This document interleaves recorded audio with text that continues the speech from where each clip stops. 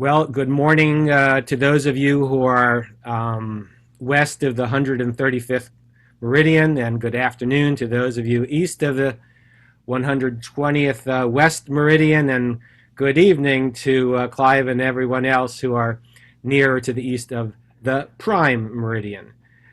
I am Dan Galpern, Executive Director of Climate Protection and Restoration Initiative. And as I indicated before, I'm going to try to limit my remarks to about 20 minutes and then open it up to questions and comments. And you can either write those in the chat box or else raise your hand digitally, but after the presentation.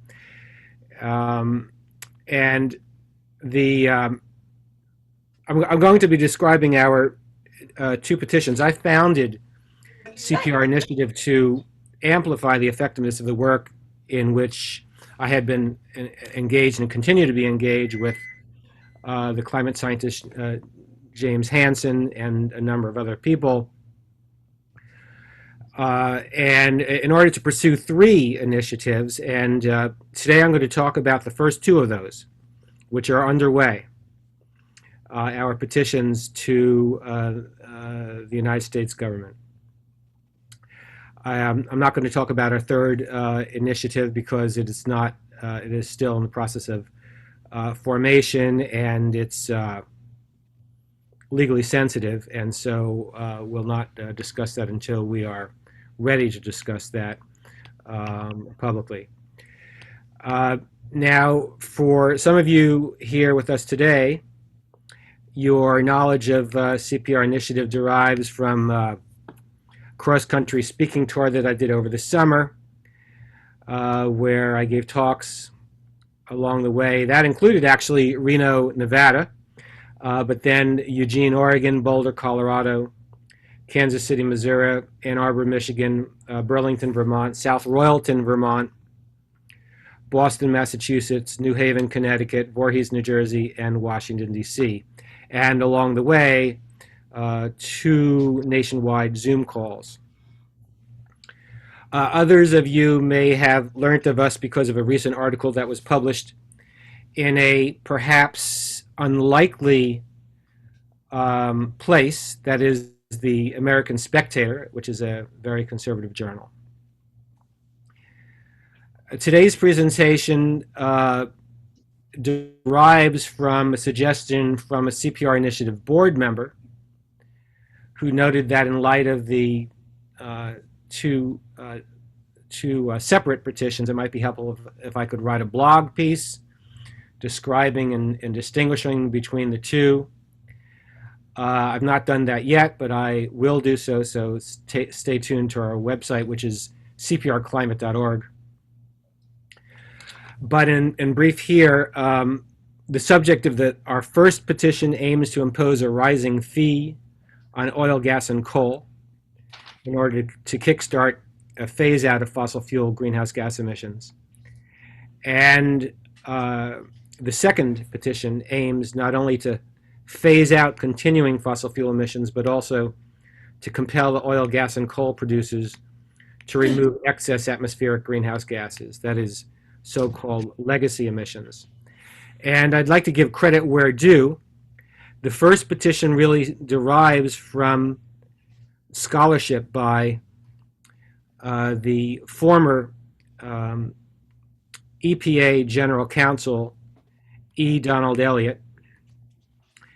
And the second petition is the brainchild really of the president of the CPR Initiative Board of Directors, Don Viviani, who worked for EPA for over 3 decades, including stints at the Office of Policy that oversaw, and also the Office of Climate Change Policy. He was responsible for overseeing a variety of different programs in EPA in his tenure. Now, I think it is useful to review and brief why we're doing all of this. These slides derive from a communication sent out by James Hansen this morning, actually, although I've seen these before. So I took these directly from him. On the left, you'll see that the increasing, I discussed previously and in my blogs that the problems that we're confronting with dangerous climate change derive from the overconcentration of greenhouse gases in the atmosphere, particularly carbon dioxide, but also, secondly, methane and nitrous oxide. And this derives from the emissions predominantly from fossil fuel consumption. And you see the climate forcing impact of those emissions over time, with the majority of that forcing from excess atmospheric CO2, and secondarily from methane, and third from nitrous oxide. The red represents predominantly CFCs that are successfully being phased out and have been successfully being phased out over the last decade and a half or so. The additional greenhouse gases that we've pressed into the atmosphere are imposing about a 0.04 watt per meter squared annual forcing on the planet, according to Dr. Hansen and his group at Climate Science Awareness and Solutions.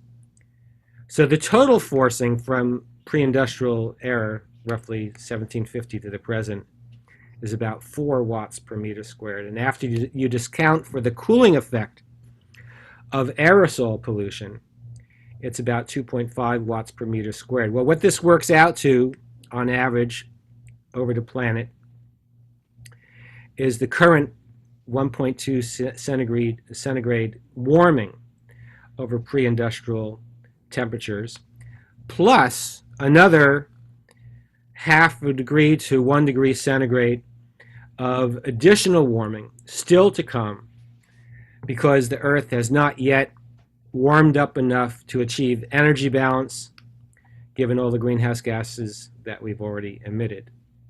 So, according to Dr. Hansen's group, we're on course now to bust through not only the 1.5 degree aspirational warming guardrail contained in the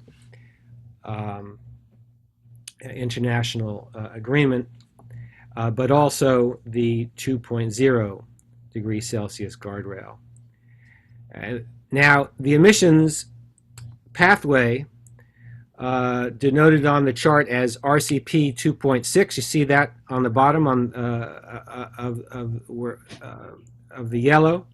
That would be the pathway of emissions reductions that is necessary if we were seriously in pursuit of climate security, with an emissions phase out getting to roughly net zero within 20 years from now, and net negative emissions thereafter. But we are not close to that, of course, and you can see the gap between the present and that course of action. And also, of course, in light of the terrible fires and floods that we've seen all over the planet in recent years, stemming from global warming to date, we are already well into the danger zone.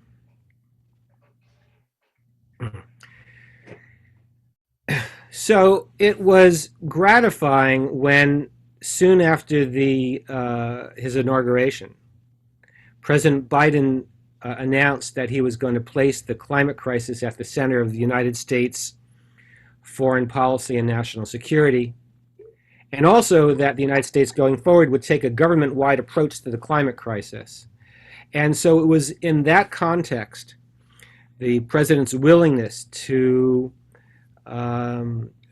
presumed willingness to take action and to stake his reputation on effective efforts to counter the present danger, that on January 25 of last year, so 5 days after the inauguration, Dr. Hansen and I wrote to the president,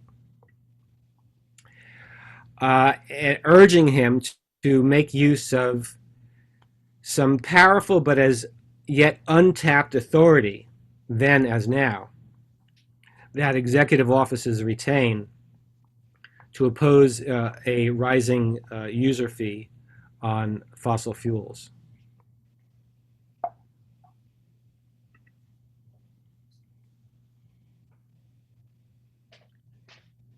Well, I should say the president did not immediately respond to us, but he did soon thereafter set and announce a new nationwide goal. That is a target for a 50% minimum reduction in the United States greenhouse gas emissions from their peak in 2005, to be achieved by the year 2030, as well as a carbon pollution-free power sector by the year 2035, that he said would put the United States on an irreversible path to a net zero economy by 2050. Well, in our view, that was all good. But the question is, how do you get it done? We thought that our proposal offered a reasonably straightforward path. And so after a few months, we actually went public with it, including with an op-ed piece in the Boston Globe on June 1. That's on our website. And also our nationwide petition campaign, which a number of you have signed, by which we urge the president to direct the EPA to impose a rising fee on fossil fuels. The president and his team, however, pursued the congressional route, and I'm not criticizing that. And so by his so-called Build Back Better proposal, they included a series of climate provisions in the same omnibus measure that attempted to make good on President Biden's other central campaign commitments. And those commitments included, of course, as people probably on this call know, an expansion of affordable health insurance, lowered prescription drug prices, 2 years of free community college, an expansion of federal grants to help students afford higher education, 12 weeks of paid medical and family leave, and expanded support of high-quality childcare and preschool to ensure that low and moderate-income parents can continue to work secure in the knowledge that their children are being well cared for. In other words, the basic social guarantees that are common in Western Europe, but have not been available in the United States.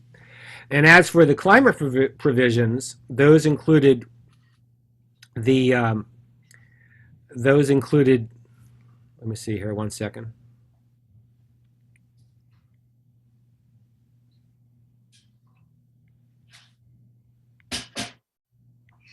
Okay.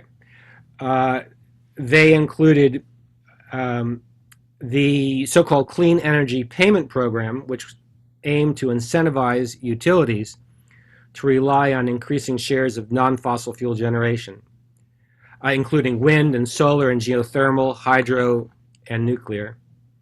They included as well extensions of the clean energy tax incentives for wind, solar, and nuclear, a new credit for production of hydrogen fuel, and the provisions, essentially the provisions were aiming to compensate for historic market distortions that favor big oil, coal, and gas. Now, in combination, at least according to some analysts, the Build Back Better climate package would put us roughly on track to secure 50% reductions by 2030. This is a chart that was run in the New York Times on December 21 in an article about why the Build Back Better climate package was essential to securing President Biden's climate goals. And I reprinted directly here. It was done by analysts with the so-called REPEAT project from Princeton, New Jersey. That stands for Rapid Energy and Climate Policy Evaluation.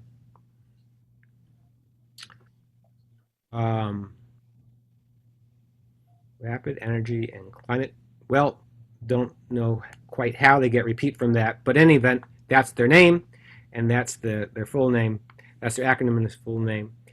And I should say, for those of you who have been reading my blog over the last few months, that I haven't reconciled this analysis with the one that I reported on in my blog in October 5th. That was based on the analysis from Resources for the Future, and I am a little bit skeptical of this analysis from the Princeton group, but really it doesn't matter much, because in light of the continuing implacable opposition of every single Republican senator, as well as two Democratic senators, Joe Manchin of West Virginia and Kyrsten Sinema of Arizona, it appears that most, if not all, of the Build Back Better climate provisions are alive no longer.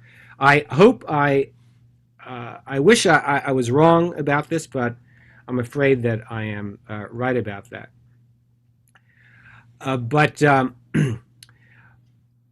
So then, what does that mean about the president's climate goals? Is it true that they cannot be reached, which is implied by the Times' chart title here? Well, again, I think that my answer must be no, because the president retains, we think, ample existing statutory authority to undertake rulemaking to seriously address the climate crisis, or at least the outsized contribution to it of the United States.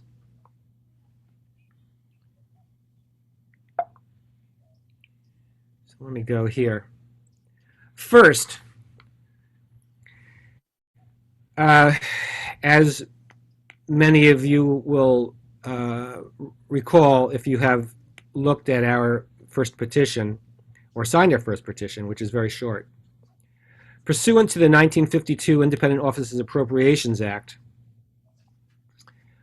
the head of any agency is able, that is, may, prescribe regulations establishing the charge for a thing of value provided by the agency, subject to policies prescribed by the president, which charges shall be fair and based on the costs of the government, the value of the service or thing to the recipient, public policy or interest served, and other relevant facts. And so here, there is substantial value provided by the agency to fossil fuel companies who are able to continue to treat the atmosphere as an open sewer, to be able to discharge their pollutants into the atmosphere. And the public policy of the United States under the President Biden is very clear, that all of these emissions must be reduced as rapidly as possible, and at least 50 to 52% of them to be eliminated by the year 2030, with the goal of, at least in the electricity sector, that it be entirely carbon-free, as I indicated before, by the year 2035. Now, we are entitled, under the Administrative Procedure Act, to petition for the issuance of a rule, such as is called for under the Independent Offices Appropriations Act, to ensure a rising carbon fee.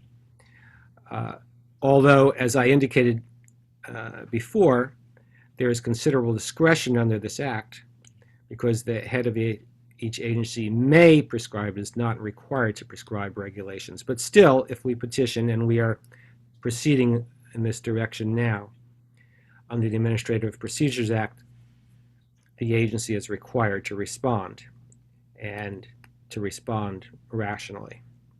Second, and this is our present new petition under the Toxic Substances Control Act, and available on our website, where the administrator of the EPA determines that the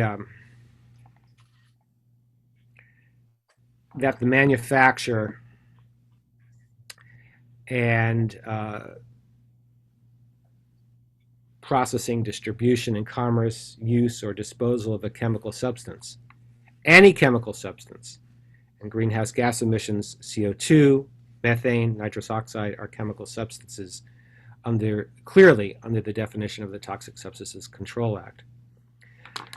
Where those present an unreasonable risk of injury to health or the environment, the administrator shall, not may, but shall, by rule, impose requirements as necessary so that the chemical substance no longer presents such risk. Now, in our petition, which is a bit long, it's, I think, 104 pages, we have suggested a range of such requirements that should be considered for imposition by the EPA. And similarly, we are entitled here under a provision of which is Section 21 of the Toxic Substances Control Act, we are entitled to petition EPA to initiate a rulemaking. And actually, the first aspect of that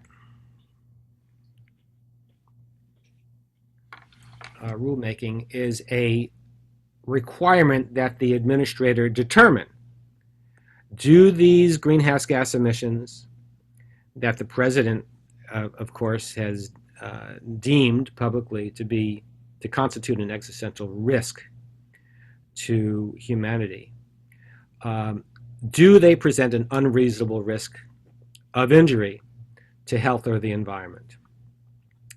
And then, if they do, to initiate a rulemaking to consider what to do about that. And they need to have essentially 3 months, 90 days, to either deny or grant the petition. And if they grant the petition, then they need to promptly commence an appropriate rulemaking to figure out what set of requirements should be imposed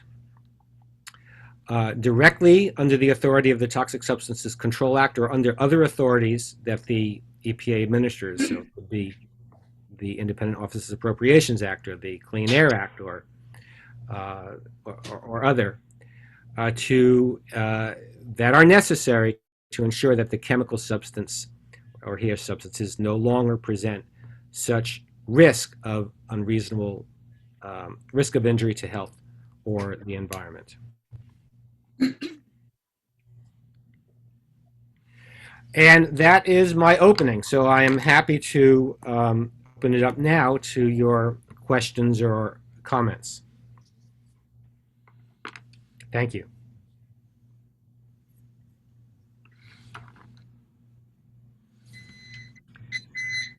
So, in order to facilitate, you can either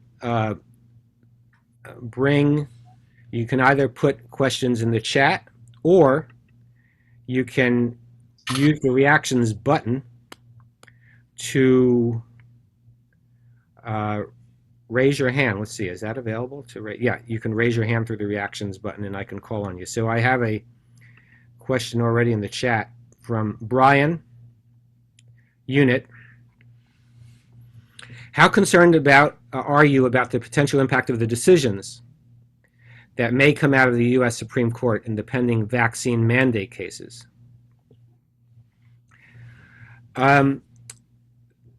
The question, I think, goes to the doctrine of major question doctrine, and that is to say that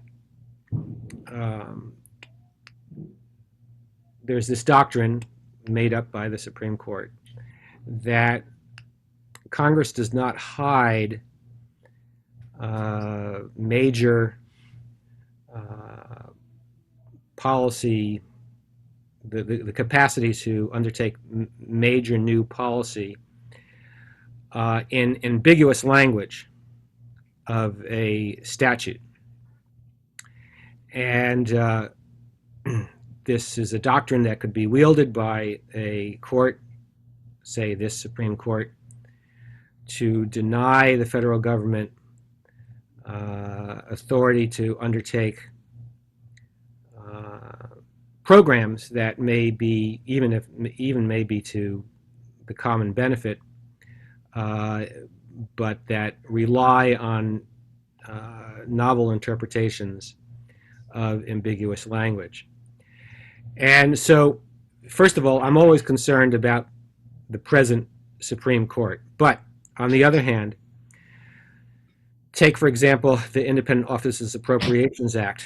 I do not think that that language is ambiguous. Granted, it's never been applied to such a problem as greenhouse gas emissions, but the language seems quite clear on its face.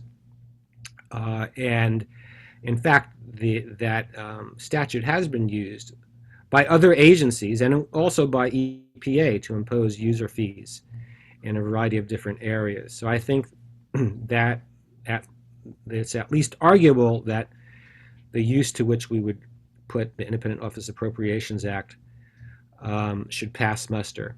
The same thing is true with respect to our use of the Toxic Substances Control Act. Greenhouse gases like carbon dioxide, methane, and nitrous oxide are clearly chemical substances under the relevant definition of the Toxic Substances Control Act. And the mandate, the charge by Congress to EPA to take such actions as are necessary to eliminate a risk imposed on public health or the environment, a risk of injury. That mandate is quite clear. And of course, we're well beyond such a mere risk of injury. We are well into the danger zone, as EPA itself has repeatedly recognized in its own publications. So I think if such a case, and we have a long ways to go before we get to the Supreme Court, but still, assuming that EPA makes the right decision and we then defend it, I think we have a strong basis to defend such a decision, either under the IOAA or the Toxic Substances Control Act. And put together, I think the case is even more strong. And in the event of a denial by EPA, for example, of the petition, well, I think that if they don't have a firm basis, we have a strong case for reversal in court of a erroneous denial. Nothing's, none of this is a sure thing. It's a heavy lift, but, in direct answer to your question, I'm concerned, but not deterred. Now, a question from Windlass. Hi, Wind. What resources do you need to proceed the most effectively? Thank you for that question, which was not planted. I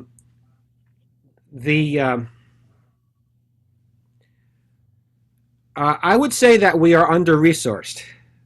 Don Viviani, the president of our board, is on with us also. Don, is that fair to say?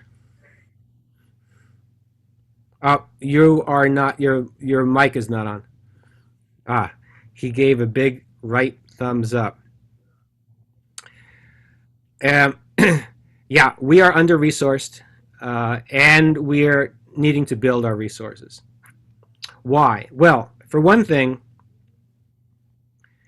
we need to prepare for litigation in the event that our petitions are denied. But secondly, we need to prepare to build the record successfully when it is before EPA. And so we need to do a lot of networking, a lot of organizing, quite apart from the direct advocacy of the administration, in which we are fully engaged right now. And then third, we need to be able to battle this out in the court of public opinion, because the President administration is not immune to the articulated public opinion, and we can anticipate tremendous opposition once we file these petitions from impacted industries, essentially the fossil fuel industry. Soon we will have the tiger by the tail, and so we need to be able to staff up and be able to fight back against anticipated misdirection and unfair criticism and that sort of thing that we can anticipate. So yes, we need some significant resources, and that is one reason why I did this cross-country trip over the summer to build our base. We are now going to be also going out to potential major donors and to foundations to secure our resources. And so at every level, we are trying to build our organizational capacity, including a campaign war chest. Okay. James Goldston, hi Jim. He says, hi Dan, do you have a sense of which petition has greater likelihood to succeed? Have any of the main or environmental or climate organizations joined either petition? Which, if not, any idea why not? So we have not yet gone out to the major environmental or climate organizations, although I should say the president of Citizens Climate Lobby did sign our petition at respect to the Independent Offices Appropriations Act. We have not yet gone out to secure allies on the Toxic Substances Control Act, but we are starting to develop a strategy to do just that. We're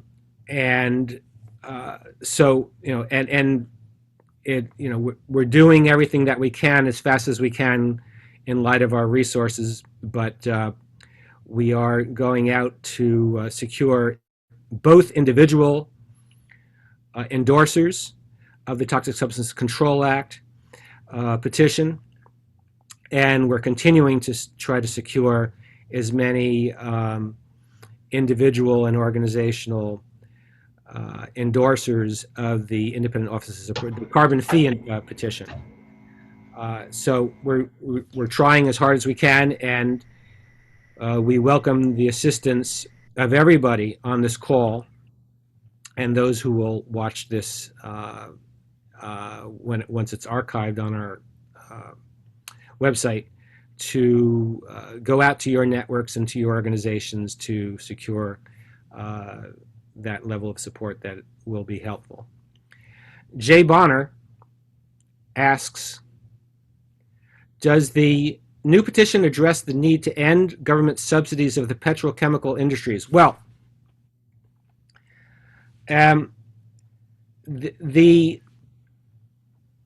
the tax subsidy support for fossil fuel companies tend to be general tax subsidies that are being made strong use of by the petrochemical industries in the U.S. tax code. There may be some specific subsidies for the petrochemical industries as well. But we certainly support that. And under Section 9 of the Toxic Substances Control Act, EPA is able to signal or to essentially request assistance from other agencies to utilize their full authorities to do just this. But EPA does not control the implementation of the Internal Revenue Act. And on the other hand, on January 27 of last year, President Biden did direct every single agency to engage in an all-of-government approach to attempt to get a handle on the climate crisis. So some of that, those tax incentives, those tax breaks that are being heavily used by not only the petrochemical industry but the fossil fuel industry, are in the hands of, administered by the IRS, although some of it is through the Department of Energy and so on. And to get rid of some of those requires acts of Congress. And so the answer is we are supportive of such reform of the various tax incentives and eliminating a number of these breaks. If that were done, it would make a difference, but we need to do a lot more than that as well. From Don Viviani. Dan, can you explain how the TSCA petition can mitigate legacy carbon? Yes. As I indicated before, legacy carbon is carbon dioxide predominantly, and methane also. Methane levels have vastly expanded in the atmosphere for a variety of reasons, including fossil fuel utilization and leakage, and gas pipelines, gas processing, and so on. And under the Toxic Substances Control Act, EPA can take action not only to compel a phase out of existing emissions or phase out of the use of fossil fuels whose inevitable use leads to dangerous imposition of risk of injury on the health and the environment through climate change, but can also regulate the disposal of such toxic substances. And such toxic substances here, greenhouse gas emissions, are in fact being disposed of and continually disposed of in the atmosphere. So under the Toxic Substances Control Act and related authorities, if these greenhouse gas emissions are deemed to be chemical substances that are imposing such a risk under the Toxic Substance Control Act, related authorities, including the Superfund Act and so on, the EPA can compel their removal. And that could be done in two ways. The manufacturers, which term under the Toxic Substances Control Act includes producers of fossil fuels, can be compelled directly to remove those legacy emissions, or if they plead that they are incompetent to do that, they can be required to pay into a fund, which I've written about separately a number of years ago, could be called the Carbon Removal Fund, where those funds could be used to pay for efforts that will remove excess atmospheric CO2 and methane. Now, of course, it's a lot cheaper to prevent the problem here as elsewhere than to try to deal with the problem once you've exacerbated it. But still, there's a great deal of research underway and experimentation, in fact, on various methods to remove atmospheric carbon. And while it is expensive to do and is not being done at scale anywhere, still that is the authority under the Toxic Substances Control Act. And at minimum, both under the Independent Office Appropriations Act and under TSCA, we seek to deny the ability for these producers to continue to make the problem worse. And because we are so far into the danger zone, more is required than just phasing out continuing fossil fuel emissions. That we should be compelling them to also remove the excess. I'm going to jump now to people who I haven't called on before. Daphne has it in the chat, but she also has her hand raised. So, Daphne, would you ask your question personally? Sure. Yeah, great to hear your talk, Dan, and really important work. And we need to figure out how to make sure you and your work is well funded. So, thank you. Behind your efforts. As you know, we direct methane action. I direct methane action, and it's a nonprofit that's focused on methane removal. And you're talking about carbon removal, and I think maybe to split the hairs, you could say methane is a type of carbon, since it does have a C in the bond. But can you speak specifically to the need for methane removal and how that might be yet another disincentive? I'm just so alarmed that the U.S. is now the #1 exporter of fossil gas at a time when Biden is saying that we have to make this an all-of-government approach. If you could just speak to that and how we can disincentivize gas exports as well as just gas consumption in general. Okay, so thank you for that, and I appreciate your participation, Daphne, and Daphne is doing a tremendous job at methane action, and she's joined in a lot of her efforts by John Fitzgerald, who is actually the Vice President of CPR Initiative, who may be on today as well, but they're doing terrific work, and have a number of scientists who are experts in how that can be done, and some of the technical literature is on or linked to on the website of Methane Action. So I urge people to have a look at your website, Daphne, as well. But specifically to the point, first, under the Independent Offices Appropriations Act, user fees could be imposed on fossil fuel companies that are producing, whose products not only produce CO2 from the utilization of oil, gas, and coal, but where methane leaks from pipelines, as I indicated before, or in processing of natural gas. And so,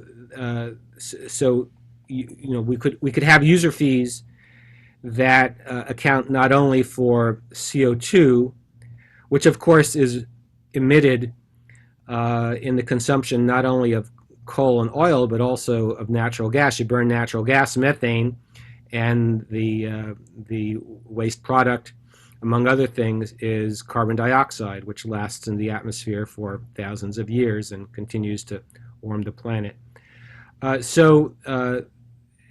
The Independent Offices Appropriations Act strategy is available to limit methane emissions, just as it is available to limit CO2 emissions.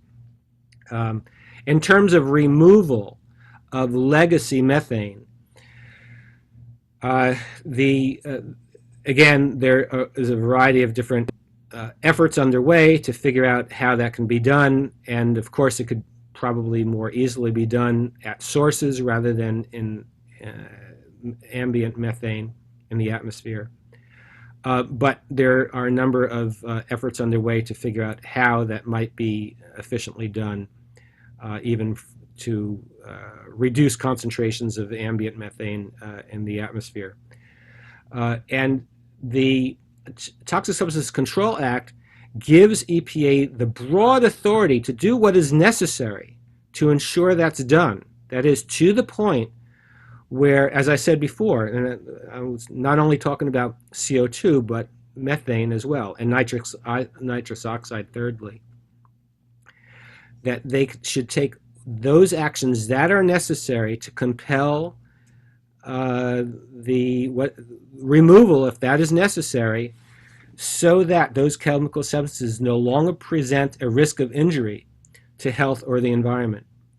So I regard TSCA as equally available to deal with the problem of methane as with CO2, and so that can be compelled to be done directly by producers, or could be compelled to be done indirectly by paying into a carbon removal fund to pay for projects that have the goal and expectation of reducing the atmospheric concentrations.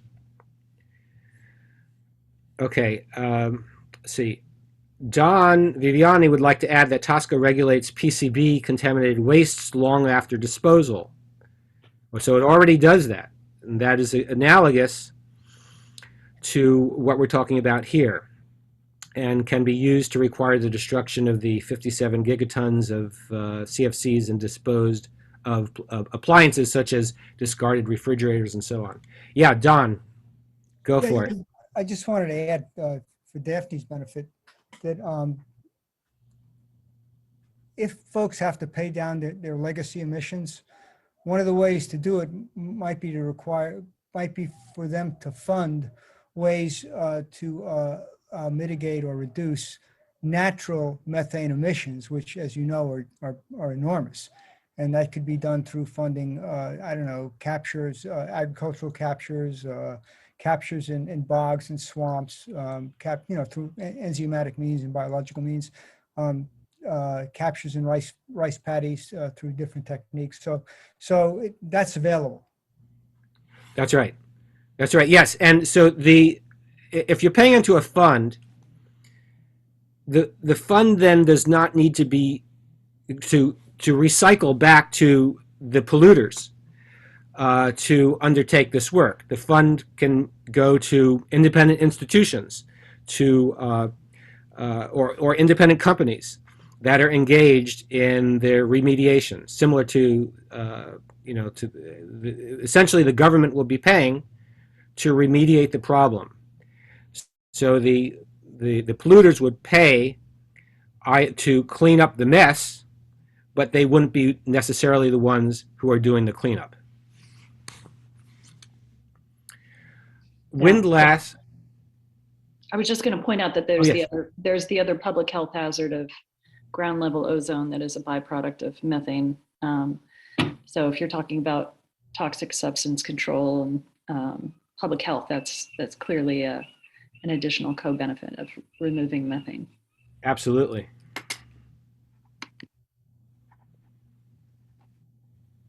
I don't know if we actually talked yet about ground level ozone. We do have a section on public health, so I'll make sure that's discussed. I don't think anybody mentioned it. Yeah, we do have a section in the petition on.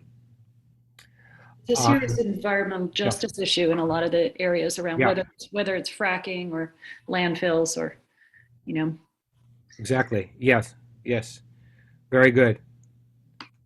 Windlass asks, could the producers,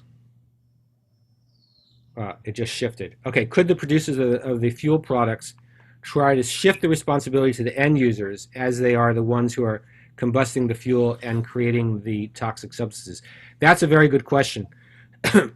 Could they try to do that? Yes, they could try.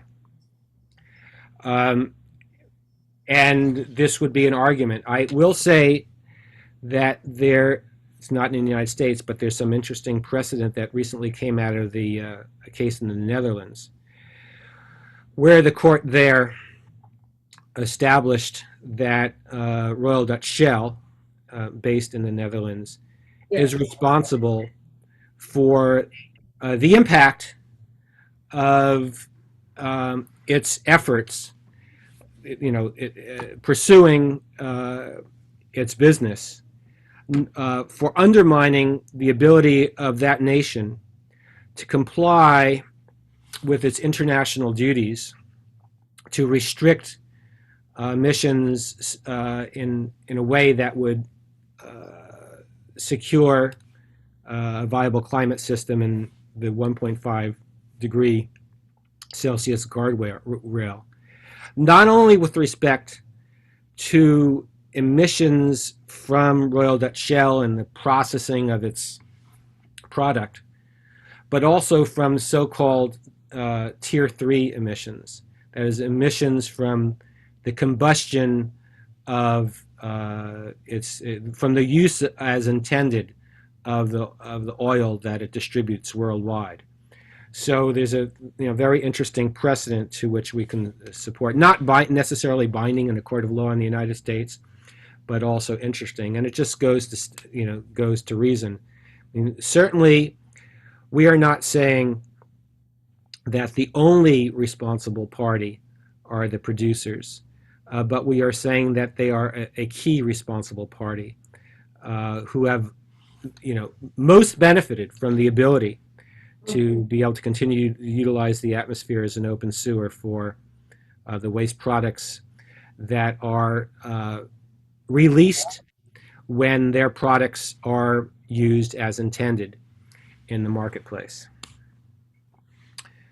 Daphne comments that we need to do both anthropogenic and biogenic methane emissions are rising. That is absolutely right. Yeah, no, this is the, I just, sorry to dominate here, but this is the one thing that we keep getting is sort of a knee-jerk response as well. Methane oxidizes, its half-life is 10 years, so we don't need to worry about it, it's going to go away. Well, actually, biogenic and anthropogenic emissions are rising rapidly, and the fear is that there could be a major methane burst. We don't know that.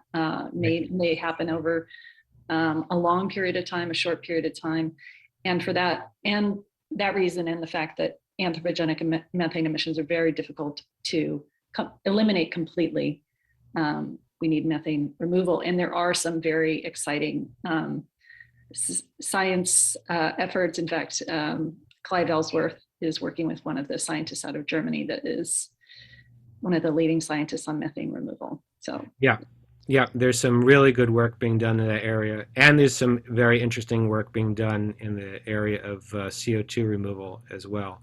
And some of the scientific inquiries here could lead to the same unit removing ambient methane at the same time it's removing ambient CO2. Rob made the point that that I would think that fossil fuel companies will definitely attempt to pass on the responsibility to us. Similar point that Win last made. That argument seems very similar to the tobacco industry, so hopefully the responsibility will fall back to the providers. I think what you mean, Rob, is the producers, and absolutely they are following the same playbook as the tobacco industry. And when we get into the point of litigation, which I don't want to talk about right now, but with respect to direct litigation against the fossil fuel companies, that will play a important part of the litigation. Bob Hendricks of the Sierra Club and CCL notes that he reads, Daphne, he reads the material on your website. All right. we already went over that. Right. I will. I have that. Yeah. Right. Okay, people can read that well. All right. Daphne asks more. Let's see. Don notes that fees under TSCA or the IOAA could include embedded carbon in products which charge the upstream value. That is correct. TSCA is a very powerful statute, and so it's a range of things that EPA could do and should do. But what's important here, I think, is to note that we have not had a determination in law as direct as would need to be made under TSCA. That it is to say that it is the specific responsibility of the agency to do what's necessary, as long as is necessary, to eliminate the risk that these chemical substances pose to the risk of injury to health and the environment. Don. To that point, under TSCA, if there are imported goods whose manufacturer doesn't comply with the TSCA Section 6 rule, then the agency can either then the IRS and the IRS is directed to seize the goods or to apply an import fee to it. So I mean, that applies to methane as well. I mean, if methane is being used in producing a product, or fossil fuels are used in producing a product, there's a bunch of embedded carbon in there, and that embedded carbon is subject to any fee that EPA requires. So there's an international reach to this. Right, exactly. I'm cycling through because I can't see everybody all the time to see if anyone has their hand up, and I don't see any hands right now.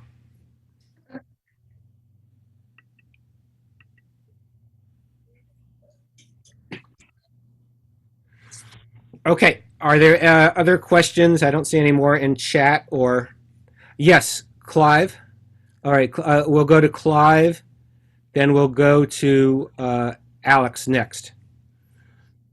Okay, so I mean, I've heard a little bit that the EPA is asking and saying, hey, look, we're looking for solutions. You know, $100 per ton of CO2 is too much. You know, we're looking for a lot less than that if possible.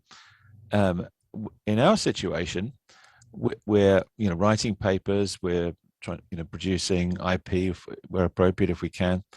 We don't have a lot of funds, and so there's this valley of death that people talk about with new ideas. That you come up with the idea, and but then the funding that's needed to test and validate the idea is the hardest part when you haven't got any money yet.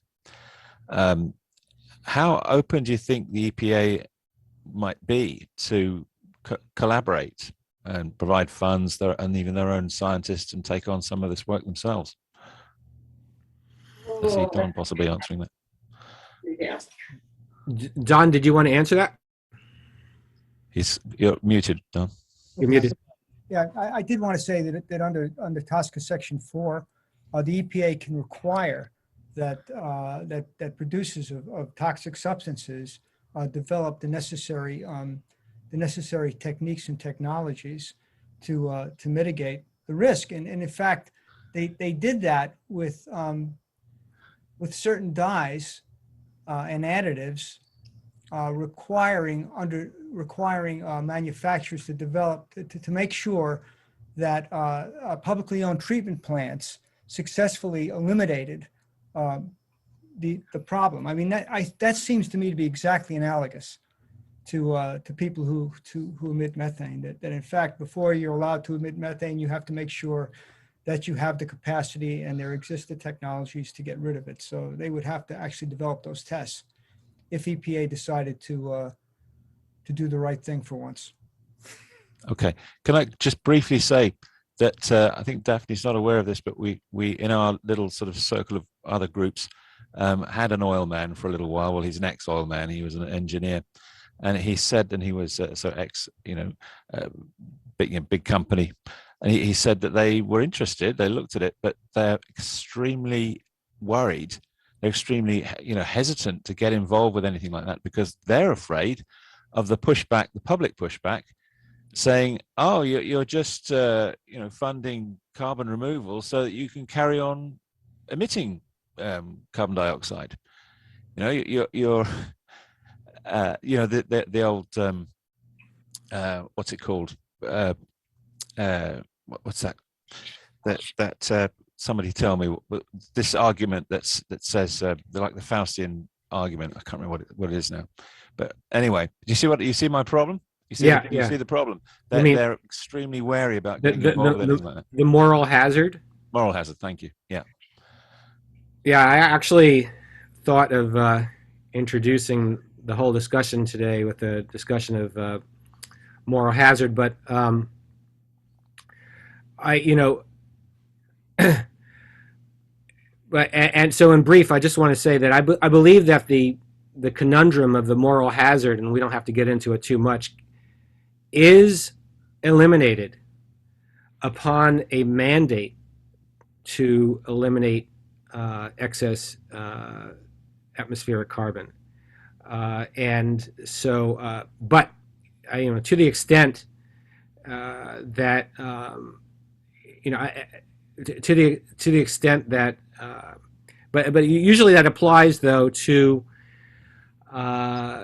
concerns that the government merely funding, but not requiring, but funding itself carbon removal lets the producers or the major companies off the hook. And I am concerned about that. For example, in New York State, there was just introduced a carbon removal measure. Now, for the first 5 years, the state would pay for carbon removal, efforts in New York out of funds that are collected because they will be limiting or eliminating tax subsidies to the airline industry. But that's for 5 years only, and it's silent about what will happen to that effort in New York. How will the state continue its program to continue to eliminate, atmospheric CO2, and to whatever extent they are also seeking to eliminate excess methane. So the problem there, I think, resides in the presumption that this is not a burden that's going to be imposed on those who have most benefited from the ability to pollute the atmosphere, but that it will be a society-wide obligation. Now, of course, it's better if the world takes this on than doesn't take this on. But I think by right, those who have most benefited should be required to bear the heaviest burden here. In any event, it's an interesting question that we can pursue at another time. Okay, then we'll go to Alex and then to Bob. Thank you, Dan. Well, the first question I wanted to ask is whether I should even ask a question, just because I've done quite a bit of work on this as a law clerk for you, and my work is confidential. So I did send you a question as a direct message. I don't know if you saw that, just so you'd have the chance to screen it to make sure I'm not giving away anything that I shouldn't. Okay, 1 second. Thank you.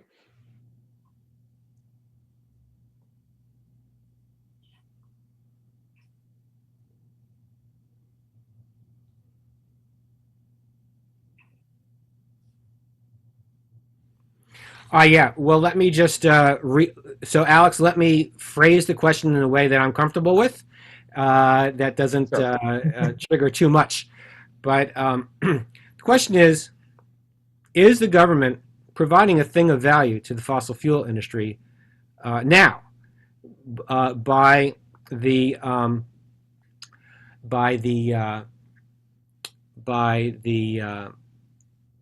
failure to compel them to by allowing them to continue to pollute the atmosphere? And I think that the answer in general is yes, because after the decision in Massachusetts versus EPA, greenhouse gases clearly are regulable by the Environmental Protection Agency. Now, so even though the determination has not been made under the Toxic Substances Control Act yet, there's a clear recognition in law and also practically that greenhouse gases are pollutants and they should be regulated by EPA, and EPA is actually regulating under various authorities, not only Section 202 of the Clean Air Act, but stationary sources as well. And while there was a great deal of contention over the specific way in which the United States was attempting to regulate existing stationary sources under the Obama administration's Clean Power Plan, that was not a direct assault under against the ability of EPA to treat greenhouse gas emissions as pollutants. So I would say generally yes, although in rulemaking there would, under the IOAA, for example, there would need to be perhaps certain mechanisms for the control of greenhouse gas emissions. Now, let me also say that the IOAA is an authority that's available to any executive branch agency, including the EPA. And in fact, EPA has regulated under that authority, not with respect to greenhouse gas emissions, but other types of pollution. And so there is, significant precedent there. The combination of the IOAA with the Toxic Substances Control Act is even more powerful, because as I indicated before, Alex, and as you know, by the way, everyone, this is Alex Losnak, and he has been a star clerk for me, and in fact, I employed him even before he got into law school. After he graduated from Columbia, he's a very committed person in this area and very talented, and so happy to have you on today, Alex. The Independent Officers Appropriations Act grants the discretion to agencies, but the Toxic Substances Control Act, upon the determination that a chemical substance presents a risk of injury to health and the environment, commands EPA to take effective action until the point that the risk is eliminated. So I think that the combination of these two petitions is stronger than just the IOAA itself. Bob Hendricks. I just wanted to comment in my circles, the moral hazard was a conversation stopper about 4 or 5 years ago. People didn't want to talk about that, but it has changed, and especially this year, most of the people I talk with know we must cut emissions all the way to net zero, and we're going to have to do some legacy emissions removal using various sequestration techniques. Natural is preferred by most, but again, many recognize we'll need both natural and technological. Yes, very good point, and I agree with that. I still think, though, that there is the risk of greenwashing and the ability of fossil fuel companies to be able to point and say, look, here we are. We spent $76 million in last year on research to demonstrate the ability, to remove CO2. It's human nature. And without noting that this is, less than 1/1000th of their profit from the prior year, I still think that is a significant problem, and so it's something that we'll need to contend with. But yeah, I agree with you, Bob. The science is clear. We need to not only phase out emissions, but remove a substantial amount of excess so-called legacy emissions. I wonder about that guy then. Let's see, Val Clark. I'll read it unless you want to speak, Val. No, it's fine. Go. No, go. Do you have a working link to a large university to support you going forward? Doesn't sound like it, despite the fact that you are highly educated. You must be speaking about my board of directors rather than me. So because we have very intelligent members of the board of directors. We have links to some universities, but no university is supporting us financially. We have alliances with scientists in universities, and we're building those alliances. But both in terms of scientific and legal talent. But no, regrettably, we're not housed in any institution. We are an independent nonprofit organization, working by our own bootstraps to get this going. But we hope to make alliances everywhere. We started this effort because we saw that these problems were not being effectively addressed anywhere else. That's right. And it needed to be done. And so we're doing it. And we're hoping to develop the resources to continue this. But it needs to be done. The government should be leaving no stone unturned, especially where there are clear statutory hooks to substantially address this overwhelming problem. But thank you for that.